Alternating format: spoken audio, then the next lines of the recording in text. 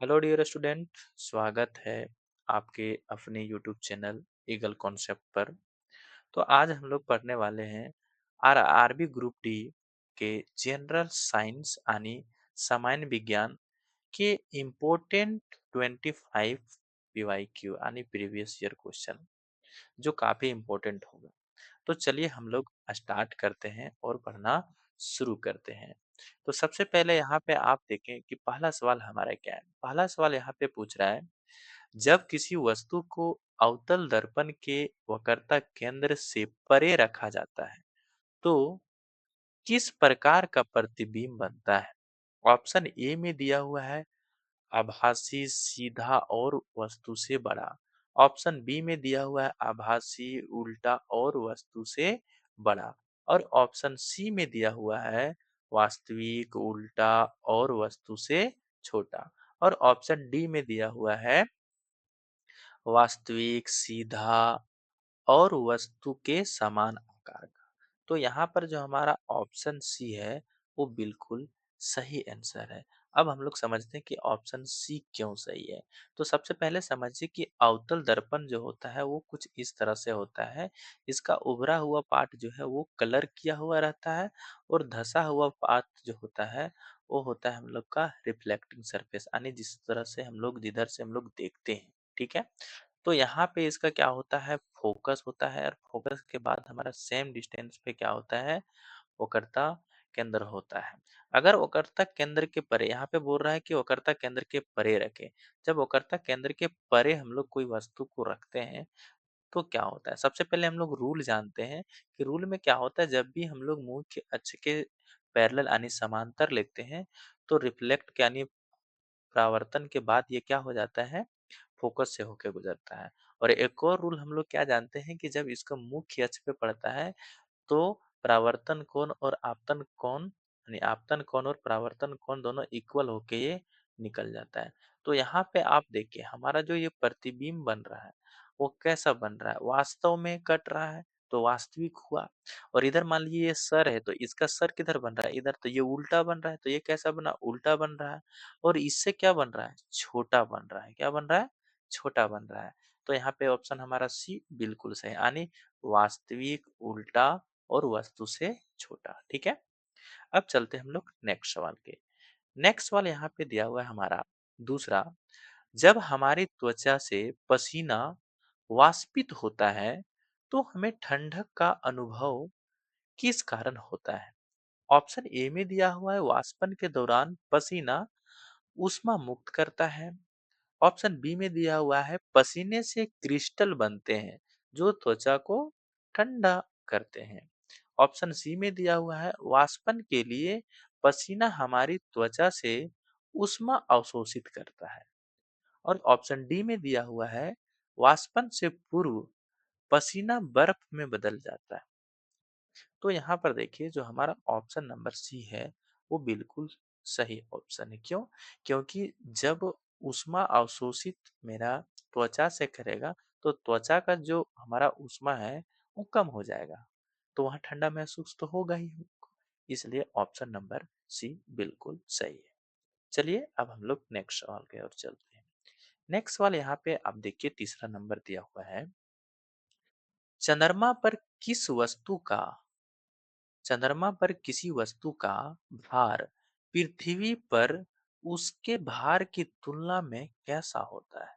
Option A में दिया हुआ है यह पृथ्वी पर इसके भार का छठा भाग होता है।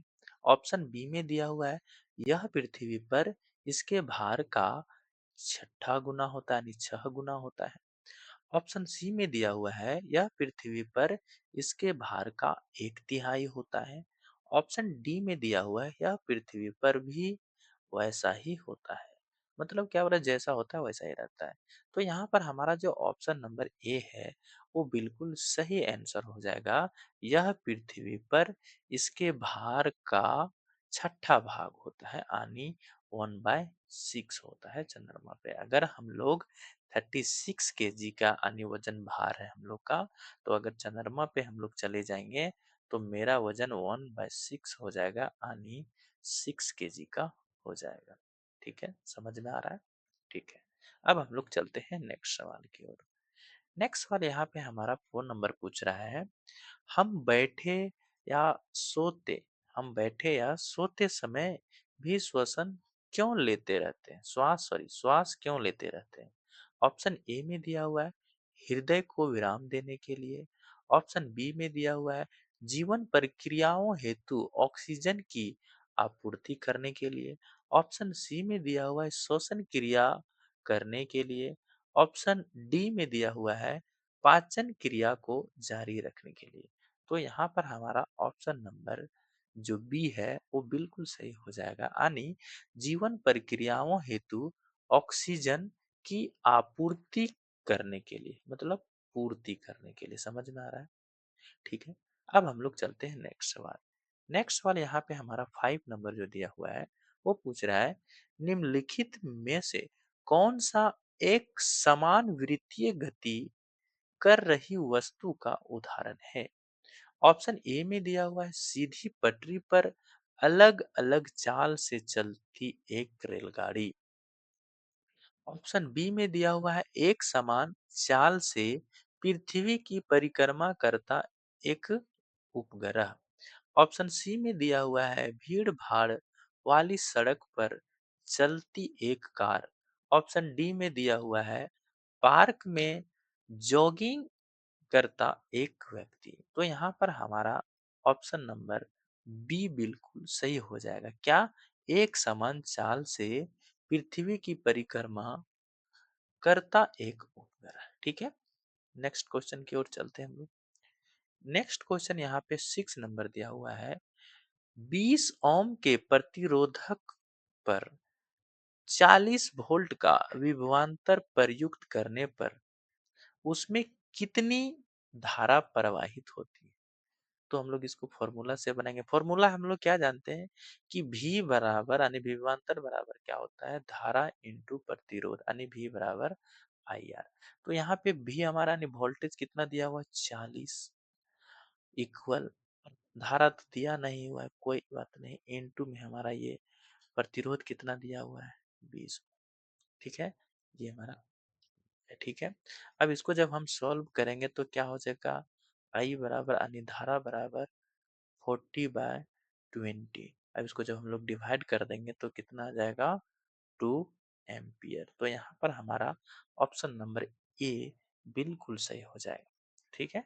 अब हम लोग चलते हैं नेक्स्ट सवाल की ओर। नेक्स्ट सवाल यहाँ पे दिए 7 नंबर दिया हुआ है प्रजनन स्वास्थ्य के लिए सुरक्षित यौन संबंध बनाना क्यों महत्वपूर्ण है? यहाँ पे बोल रहा है कि हम लोग को अगर प्रजनन यानी अगला पीढ़ी के लिए बच्चा अगर पैदा करना है तो सुरक्षित यौन संबंध बनाना क्यों जरूरी है? ऑप्शन ए में दिया हुआ है यह गर्भ अवस्था की गारंटी देता है। यह प्रजनन क्षमता बढ़ाता है। यह एचआईवी एड्स जैसे यौन संचारित रोगों से बचाता है। यह शरीर में हार्मोनल संतुलन सुनिश्चित करता है।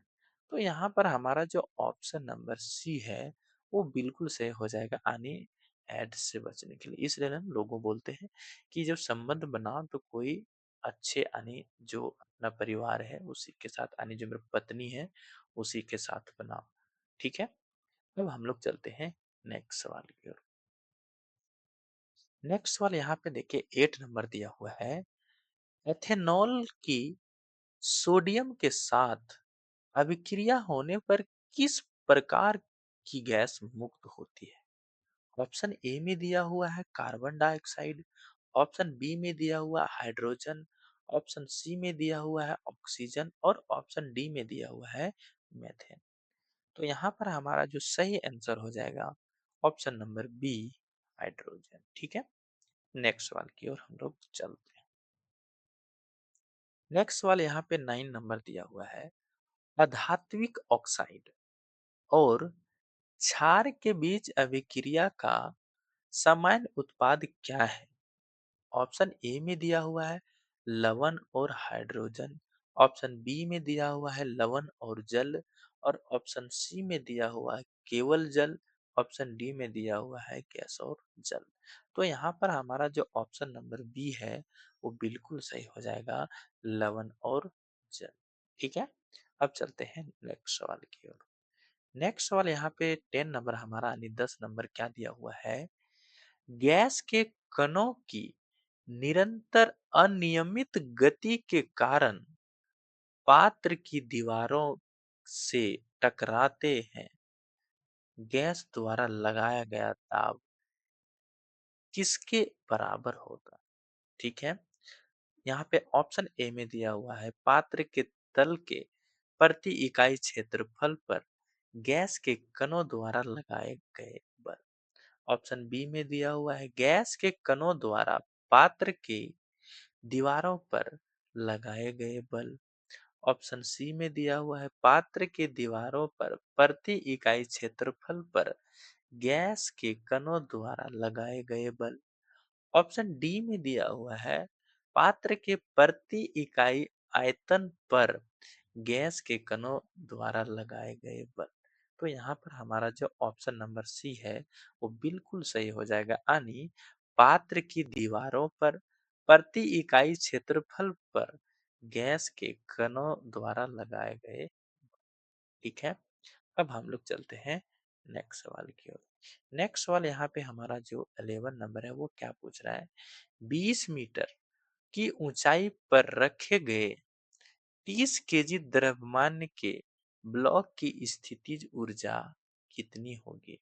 अब स्थितिज ऊर्जा बराबर क्या होता है, एम एम जी एच, यानी एम मतलब मास यानी द्रव्यमान, जी मतलब यानी ग्रेविटी, यहाँ पे 10 मीटर पर सेकंड स्क्वायर दिया हुआ है और एच यानी हाइट। तो इस पर हम लोग बैठा देते हैं, तो क्या आएगा, एम हमारा कितना है 30 केजी इंटू ये हमारा जी, जी कितना दिया हुआ है 10, और हमारा ये 20 मीटर दिया हुआ है हमारा क्या ऊंचाई।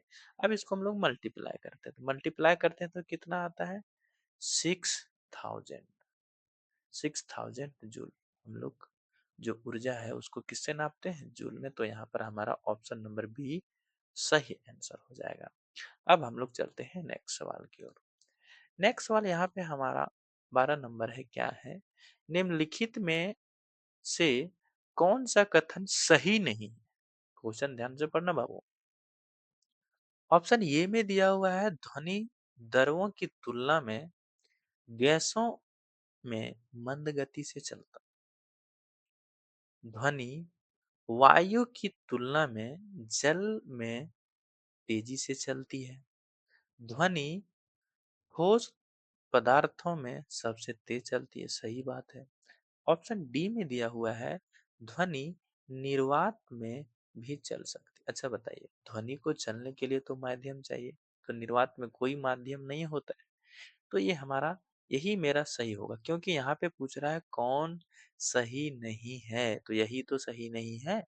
तो यहाँ पे ऑप्शन नंबर डी हमारा आंसर हो जाएगा। ठीक है, अब हम लोग चलते हैं नेक्स्ट सवाल की ओर। नेक्स्ट सवाल यहाँ पे हमारा 13 यानी 13 है, क्या पूछ रहा है, मनुष्यों जैसे बहुकोशिकीय जीवों में पाचन कहाँ होता है। ऑप्शन ए में दिया हुआ है केंद्रक में, ऑप्शन बी में दिया हुआ है विशिष्ट पाचन अंगों में, ऑप्शन सी में दिया हुआ है खाद्य रसधानियों में, ऑप्शन डी में दिया हुआ है संपूर्ण कोशिका सतह पर। तो यहाँ पर हमारा ऑप्शन नंबर बी बिल्कुल सही हो जाएगा। क्या हो जाएगा, विशिष्ट पाचक अंगों में। क्यों, हम लोग जो मनुष्य है उसके लिए विशिष्ट पाचक अंग बनाया गया नहीं गया कि नहीं, लीवर हो गया, एब्डोमेन जो होता है हम लोग का ये हो गया, है ना। ठीक है, अब हम लोग चलते हैं नेक्स्ट सवाल की ओर। नेक्स्ट सवाल यहाँ पे 14 क्या दिया हुआ है, पादप कोशिका भित्ति का मुख्य संरचनात्मक घटक क्या है।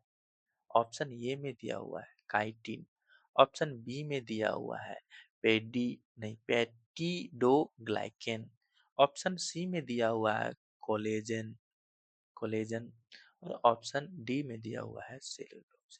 तो हमारा ये पादप कोशिका भित्ति होते हैं वो किससे हो बना होता है, संरचना में क्या होता है, सेलुलोज। ठीक है, अब हम लोग चलते हैं नेक्स्ट सवाल की ओर। नेक्स्ट सवाल यहाँ पे 15 नंबर दिया हुआ है, निम्नलिखित में से कौन सा हमारे शरीर के केंद्रीय तंत्रिका तंत्र का भाग है? ऑप्शन ए में दिया हुआ है अमाशय, ऑप्शन बी में दिया हुआ है मेरुरज्जु, ऑप्शन सी में दिया हुआ है अग्नाशय और ऑप्शन डी में दिया हुआ है अग्र। तो यहाँ पर हमारा ऑप्शन नंबर बी बिल्कुल सही हो जाएगा, मेरुरज्जु। ठीक है, अब हम लोग चलते हैं नेक्स्ट सवाल की ओर। नेक्स्ट सवाल यहाँ पे हमारा 16 नंबर है। निम्नलिखित में से क्या घरेलू सर्किट में आमतौर पर श्रेणी क्रम में जोड़ा जुड़ा होता है? ऑप्शन ए में दिया हुआ है बिजली का बल्ब, ऑप्शन बी में दिया हुआ है सभी उपकरण, ऑप्शन सी में दिया हुआ है पंखा और ऑप्शन डी में दिया हुआ है मुख्य फ्यूज। तो यहाँ पर हमारा ऑप्शन नंबर डी बिल्कुल सही हो जाएगा, यानी मुख्य फ्यूज को हम लोग जो है वो किस में जोड़ते हैं?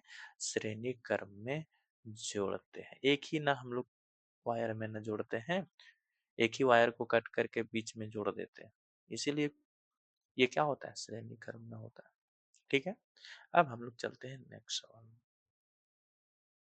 नेक्स्ट सवाल यहाँ पे हमारा 17 नंबर है। अनाज को नमी तथा गर्मी वाले एक कमरे में भंडारित करने पर उसके खराब होने का संभावित कारण क्या है? ऑप्शन ए में दिया हुआ है अनाज पक्षियों और कीटों द्वारा खा लिया गया। तो कीट कैसे आएगा? नहीं आएगा, ये तो है नहीं सही। ठीक है, नहीं पंछिया कैसे आएगा? घर के अंदर है तो। ठीक है, कटाई के पूर्व अपर्याप्त सिंचाई, ये तो कटाई के पूर्व का कोई बात ही नहीं बनता इसमें। सी नंबर दिया हुआ है अनाज जल जल में बह गया। अब जल में कैसे बह जाएगा जब इसको भंडारण में रखें? तो ये भी गलत है। ऑप्शन डी में दिया हुआ है भंडारण की अनुचित परिस्थितियां। हाँ ये सही बात है, कोई अच्छी परिस्थिति नहीं, अनुचित परिस्थितियां में रख दिए, वहां पे नमी था रख दिए तो नमी के कारण उसमें दीमक वगैरह लग गया और खराब हो गया अनाज मेरा। तो यहाँ पर हमारा ऑप्शन नंबर डी बिल्कुल सही आंसर हो जाएगा। ठीक है, अब हम लोग चलते हैं नेक्स्ट सवाल के। नेक्स्ट सवाल यहाँ पे 18 नंबर पूछ रहा है, कौन सा शब्द ठोस पदार्थों के कणों की निकटता का वर्णन करता है? मतलब कौन सा जो यहाँ पे शब्द लिखा हुआ है ये सब चारों, वो उसमें से जो निकटता सबसे नजदीक का स्थान को बताता है घनत्व के लिए, यानी ठोस के लिए। पहला ऑप्शन दिया हुआ है घनत्व, बी नंबर ऑप्शन दिया हुआ है दृढ़ता और सी नंबर ऑप्शन दिया हुआ है संपीड़ितता और डी नंबर ऑप्शन दिया हुआ है अंतर कण स्थान। हाँ ये बिल्कुल सही बात है, ऑप्शन नंबर डी सही हो जाएगा। क्यों? क्योंकि जो हमारा ठोस होता है उसके अंतर जो कण अंतर होता है वो बहुत नजदीक नजदीक स्थान होता है ना, उसी को ना हम लोग पूरा बोलते हैं ठोस। ठीक है, अब हम लोग चलते हैं नेक्स्ट सवाल की ओर। नेक्स्ट सवाल यहाँ पे हमारा 19 नंबर पूछ रहा है, मुख्य अक्ष पर वह बिंदु जहां वस्तु अक्ष के समांतर किरणें दर्पण से परावर्तन के बाद अभिसारित होती है, क्या कहलाता है? अरे भाई तो क्या कहलाता है भाई? जब हम लोग का मुख्य अक्ष से फोकस, मतलब जब फोकस में, जब फोकस बोल रहे हैं, जब पड़ता है तो क्या कहते हैं? उसको मुख्य फोकस ना कहते हैं। मुख्य अक्ष के समांतर जब कोई किरण जाता है तो जो परावर्तन के बाद जहाँ टकराता है उसी को ना हम लोग फोकस बोलते हैं। तो यहाँ पर ऑप्शन नंबर ये हमारा बिल्कुल सही हो जाएगा। ठीक है, ज्यादा इसको डिस्टर्ब। अब चलते हैं नेक्स्ट सवाल की ओर। नेक्स्ट सवाल यहाँ पे हमारा 20 यानी 20 नंबर है। अनुकूल पर्यावरणीय परिस्थितियों में बीज के नए पौधे के उद्भव को क्या कहा जाता है? बीज का नया पौधा को उद्भव को क्या कहते हैं? ऑप्शन ए में दिया प्रकाश संश्लेषण, नहीं। ऑप्शन बी में दिया हुआ निषेचन, नहीं। ऑप्शन सी में दिया हुआ अंकुरन, हाँ अंकुरन तो होता है पहला उद्भव। तो ऑप्शन नंबर सी हमारा बिल्कुल सही हो जाएगा, एकदम हंसी हंसी से मार देना है। ठीक है, अब हम लोग चलते हैं नेक्स्ट सवाल की ओर। नेक्स्ट सवाल यहाँ पे देखना कि 21 नंबर क्या पूछ रहा है। निम्नलिखित में से कौन सा सबसे छोटा एल्केन है जो एक स्थिर वलय बना सकता है? ऑप्शन ए में दिया हुआ है प्रोपेन, ऑप्शन बी में दिया हुआ है साइक्लोप्रोपेन, ऑप्शन सी में दिया हुआ है इथेन और ऑप्शन बी में दिया हुआ है इथेन। तो यहाँ पर जो आप यहाँ पे देखो कन्फ्यूज़ हो जाएगा। आप बोलेगा कि छोटा तो सब लोग मार देगा मीथेन, लेकिन नहीं, यहाँ पे स्थिर वलय बनाना है। तो यहाँ पे ऑप्शन नंबर बी सही हो जाएगा, यानी साइक्लोप्रोपेन। ठीक है? अब हम लोग चलते हैं नेक्स्ट सवाल की ओर। नेक्स्ट सवाल यहाँ पे दिया हुआ है, निम्नलिखित पदार्थों और उनके उत्पाद आयनों का सही मिलान कीजिए। अरे भाई, ये क्वेश्चन ही थोड़ा मिसप्रिंट नहीं हुआ, इसका जो ऑप्शन अच्छा से नहीं दिया गया है। ऑप्शन करने का मतलब इसका मिलान करने वाला दिया ही नहीं है। ठीक है, चलते हैं नेक्स्ट सवाल की, इसको थोड़ा छोड़ दें। ठीक है, अब देखिए यहाँ पे अगला क्वेश्चन जो हमारा 23 नंबर है, वो क्या पूछ रहा है, यदि तय की गई दूरी आधी कर दी जाए तथा समय समान रहे तो रैखिक वेग पर क्या प्रभाव पड़ेगा। रैखिक वेग क्या होता है, डिस्टेंस बटा टाइम ही होता है ना। तो यहाँ पे पूछ रहा है कि अगर डिस्टेंस को आधा कर दें और समय को समान रखें। ठीक है भाई, मान लेते हैं कि डिस्टेंस मेरा 100 किलोमीटर था और टाइम मेरा कुछ भी है, सेम है, टी मान लेते थे। यही तो मेरा क्या हो गया, यही तो मेरा वेग हो गया ना। यही वेग बोलते हैं रैखिक वेग, यानी 100 को जो भागा देंगे टाइम से, तो इसको आधा करते हैं। ठीक है, चलो इसको आधा कर देते हैं, तो कितना हो जा रहा है, 50 किलोमीटर। और टाइम तो टाइम है, सेम है। तो क्या हुआ, इसका जो वेग है वो भी तो आधा हो गया, इसी को हम लोग वेग ना बोलते हैं। तो वेग आधा हुआ कि नहीं। तो यहाँ आधा किसमें ऑप्शन में दिया हुआ है, हाँ, ऑप्शन नंबर डी बिल्कुल सही आंसर हो जाएगा। कि ये क्या हो जाएगा, हमारा जो वेग है वो क्या हो जाएगा, आधा हो जाएगा। ठीक है, अब चलते हैं नेक्स्ट सवाल की ओर। नेक्स्ट सवाल यहाँ पे दिया हुआ है 24 नंबर, क्या पूछ रहा है, वृषणों का उदर गुहा के बाहर वृषण कोश में स्थित होने का मुख्य कारण क्या है। वृषण, अवृषण का मतलब समझना, जो हम लोग का वीर्य बनता है, यानी जो स्पर्म जिसको हम लोग बोलते हैं, तो कहाँ कहाँ पे बनता है, हम लोग का जो है टेस्टिस जो होता है, जिसको हम लोग आम भाषा में अंड बोलते हैं, है ना। ठीक है, तो यहाँ पे देखिए ऑप्शन में क्या दिया हुआ है, शुक्राणु निर्माण को सुगम बनाने के लिए शरीर से कम तापमान की आवश्यकता। ऑप्शन बी में दिया हुआ है, शुक्राणु और मूत्र का उचित निर्माण सुनिश्चित करने के लिए। ये तो होगा नहीं, क्योंकि इसमें मूत्र निर्माण होता नहीं। ठीक है, ये गलत है। ऑप्शन सी में दिया हुआ है, संक्रमण के जोखिम को कम करने के लिए। अरे, संक्रमण को जोखिम कम करने के लिए, यहाँ तो विषम का बात हो रहा है, ये भी गलत हो गया। डी नंबर ऑप्शन दिया हुआ है, हार्मोन स्रावित को आसान बनाने के लिए। आसान बनाने के लिए क्या, आसान होगा ही नहीं, गलत हो गया। तो यहाँ पर हमारा क्या है, ऑप्शन नंबर ए बिल्कुल सही हो जाएगा। अब समझना है क्यों सही हुआ। पूरा कम तापमान की आवश्यकता। देखो, जो हमारा स्पर्म यानी जो यूरिया हमारा बनता है, वो क्या होता है, कम तापमान उसको बनाने के लिए जरूरत होता है, इसीलिए उसको बाहर में रखा जाता है। और उसके पूरा गुचियाल हम लोग का बना रहता है, जो हम लोग का टेस्टिस होता है ना, क्योंकि उसमें हीट प्रवेश नहीं करे। अगर बॉडी तो टेम्परेचर होता है ना, अगर अंदर रहेगा तो टेम्परेचर बाहर रहेगा, टेम्परेचर ज्यादा रहेगा तो रिलीज हो जाएगा, क्योंकि टेम्परेचर ज्यादा होने से क्या होता है, वो रिलीज हो जाता है, हम लोग जो स्पर्म रहता है। तो यहाँ पर हमारा ऑप्शन नंबर ए बिल्कुल सही हो जाएगा। ठीक है, अब नेक्स्ट सवाल की ओर हम लोग चढ़ते हैं, जो हमारा लास्ट क्वेश्चन होगा 25। क्या दिया हुआ है, असंतृप्त कार्बन यौगिक संतृप्त कार्बन यौगिक की तुलना में कैसा होता है, पूछ रहा है। एक है असंतृप्त कार्बन यौगिक और संतृप्त कार्बन यौगिक, उसमें तुलना कैसे होता है, कैसा तुलना। ऑप्शन ए में दिया हुआ है कम अभिक्रियाशील, ऑप्शन बी में दिया हुआ है अधिक संतृप्त, ऑप्शन डी में सॉरी सी में दिया हुआ है बराबर अभिक्रियाशील, और ऑप्शन डी में दिया हुआ है अभिक्रियाशील। तो यहाँ पे हमारा क्या होगा, ऑप्शन नंबर डी बिल्कुल सही हो जाएगा, अधिक अभिक्रियाशील। तो यहाँ पे हम लोग जो है टोटल इम्पोर्टेंट जो 25 क्वेश्चन था, इसको हम लोग पढ़े। ये बहुत इंपॉर्टेंट है, कोई ना कोई शिफ्ट में इससे 4-5 क्वेश्चन मिलने वाले हैं। ठीक है, तो इसको जो है आप लोग शेयर भी कर दिए, ताकि आपके दोस्त जो पढ़ रहे होंगे वो भी इसको देख सके। ठीक है, तो चलिए हम लोग इसको समाप्त करते हैं। अब मिलेंगे हम लोग नए 25 क्वेश्चन जो प्रीवियस ईयर्स का होगा और इम्पोर्टेंट वाला होगा। ठीक है, ठीक है, तो चैनल को सब्सक्राइब कर लीजिए। थैंक यू, धन्यवाद।